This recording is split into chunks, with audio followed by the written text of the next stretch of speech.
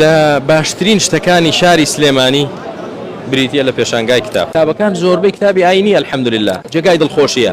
ئەمە کەسانێکی قەڵس کردووە وەکو شەمشەمەر کوێرە چاویان بە تیشی خۆر هەڵنایەت، دڵیان تاریکە، ئامۆژگاریان دەکەین کە بیرکردنەوەیان بگۆڕن. کارەکان زۆرن کە وای لە خەڵک کردووە دوورکەوێتەوە لە علم و زانستی. بەڵێ سیاست هۆکارێکە. سڵاو خوشی بەڕێزم.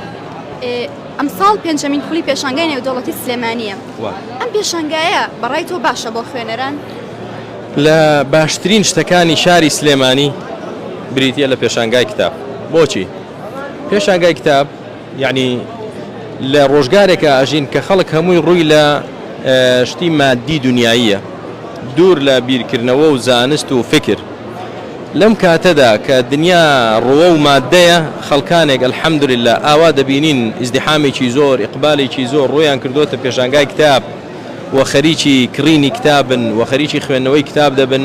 جێگای دڵخۆشیە. بە تایبەتیش کتابەکان زۆربەی کتابی ئاینی الحەمدولله ئاینی پیرۆزی ئیسلام کە خەڵک تێگەیشتووە سەعادەت و سەربەرزی و بەختەوەری و کامەرانی لە ئیسلامدایە. جا تفسیری قورآن بێ، فەرمودەی پێغەمبەر بێ عەلەیهی سەڵات و سەلام، بیر و باوەڕ بێت، ئاداب و ئەخلاق بێ، فقی ئیسلامی بێ، تەربیە و پەروەردە بێ، مێژوو بێ، هەرچی کە پەیوەندی بە دینەوەیە بریتە لە سەرچاوەی هیدایەت و ڕەحمەت و بەرەکەت ئینشاءڵڵا. بەڕاستی جێگای دڵخۆشیە کە خەڵک ئاوا ڕووی کردووەتە پێشانگا و زیاتریش جێگای دڵخۆشی ئەوەیە کە زۆربەی کتابەکان و کتابەکانیان ئاینیە. بەڵێ ئەمە کەسانێکی قەڵس کردووە، کەسانێکی بێتاقەت کردووە کە دڵیان تاریکە، دڵیان مردووە، وەکو شەمشەمەر کوێرە چاویان بە تیشی خۆر هەڵنایەت، بەڵام زەرەر لە خۆیان دەدەن و بانگەوازیان دەکەین، ئامۆژگاریان دەکەین کە بیرکردنەوەیان بگۆڕن. بەخوا تەمەنیان 100 ساڵیش بێ کە لەم تاریکاییەدا بمێنەوە ڕووناچی نابینن کە نێنە خزمەت ئاینی پیرۆزی ئیسلام.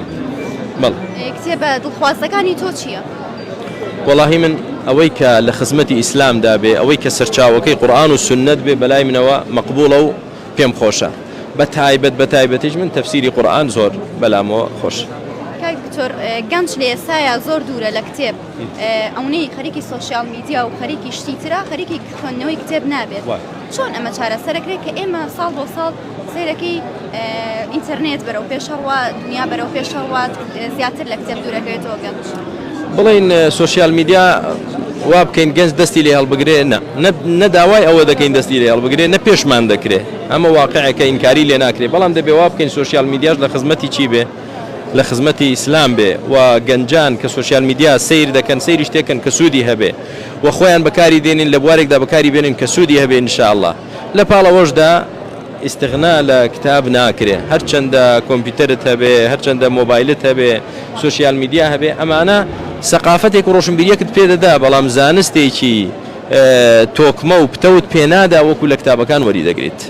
سیاست وای لە گەنج نەکردووە کە زۆر شتی بەلاوە گرنگ نەبێت. هۆکارەکان زۆرن کە وای لە خەڵک کردووە دوورکەوێتەوە لە علم و زانستی.